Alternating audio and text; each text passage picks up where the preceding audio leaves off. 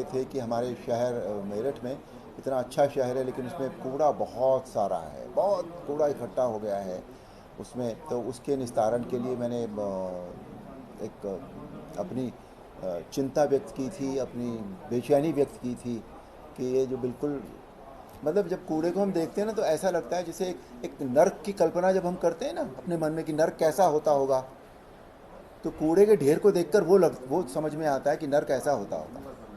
क्या मंशा, तो किसकी इससे मंशा है? इससे इससे इससे हमें निजात मिल पाए इस कूड़े से। 3-4 पहाड़ बने हुए हैं आजकल, तो उसके लिए था।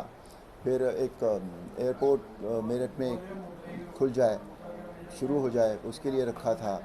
फिर हाई कोर्ट हस्तिनापुर पास में है हमारे, हस्तिनापुर में संग्रहालय की जो बात है वो बहुत दिनों से चल रही है और उसके लिए 2020 में राशि भी स्वीकृत हुई थी हस्तिनापुर और कई ऐसी जगहों के लिए। तो उस पर काम हो जाए, वो बन जाए। फिर गढ़मुक्तेश्वर का विकास हो जाए, बिकॉज इतने लोग जाते हैं वहाँ पर। हर छुट्टी में 5-5 लाख लोग जाते हैं और जो कार्तिक अमाव जो पूर्णिमा होती है उसमें तो बहुत सारे लोग जाते हैं जो मेन स्नान के दिन होते हैं। तो वहाँ का विकास हो जाए तो वो बहुत अच्छा टूरिस्ट सेंटर बनेगा और उसका कायाकल्प विकास सारा कुछ हो जाएगा। आसपास के सारे लोग फिर वहाँ रेगुलरली जाया करेंगे। एक वो रखा था हमने। फिर एक हाई कोर्ट की जो बेंच है वो हमारे मेरठ में होनी चाहिए, पश्चिम में है तो मेरठ ही है, सिंपल सी बात है। तो उसकी एक डिमांड रखी थी हमने और उसके उसमें हमारा लॉजिक बेसिकली ये था कि कई ऐसे प्रदेश हैं हमारे भारत में, जैसे महाराष्ट्र है, वहाँ भी 2 हाई कोर्ट की बेंच हैं जबकि वो हमसे छोटा है एरिया में भी और पॉपुलेशन में भी। मध्य प्रदेश हमसे छोटा है एरिया में भी, पॉपुलेशन वहाँ भी 2 बेंच हैं। हमारे यहाँ क्यों नहीं हो सकती? और हमारे यहाँ से जाना जो है इलाहाबाद प्रयागराज, वो कितना दूर पड़ता है, 600 किलोमीटर पड़ता है जाना आना रहना। इतना मतलब महंगा, जिसे कहते हैं कि महंगा न्याय मिलने की प्रक्रिया हो जाती है वो, उसको अवॉइड करने के लिए ई फाइलिंग भी रखी गई थी लेकिन ई फाइलिंग भी कोई बहुत सक्सेसफुल नहीं हो पाई वो। तो इस तरह की ये मांगें थी हमारी।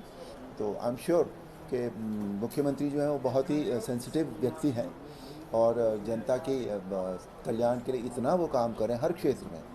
तो आई एम श्योर कि इन मांगों पर भी उनका ध्यान ज़रूर जाएगा और जल्दी से जल्दी हमें ये हमारी क्या बातें इसके लिए पूरी आपकी होंगी। कानून मंत्री जी से बात हुई? कानून मंत्री जी से मेरी दिल्ली में बात हुई थी, उन्होंने ये कहा था कि ये प्रदेश जो बेसिकली ये जो विषय है ये प्रदेश का है और प्रदेश की ओर से अभी तक कोई मांग हमारे समक्ष नहीं आई है, ऐसा उन्होंने कहा था। तो इसलिए मैंने सोचा कि मुख्यमंत्री जी के सामने भी हम ये मांग अपनी रखते हैं। सर, कूड़े के ढेर लगातार लग रहे हैं, क्या मंशा नगर निगम की है? और इतने सारे जनप्रतिनिधि भी हैं, सरकार भी इतने समय से है, केंद्र में भी प्रदेश में भी, तो क्या किसकी मंशा है जो मेरठ जो है कूड़े का ढेर बनता जा रहा है?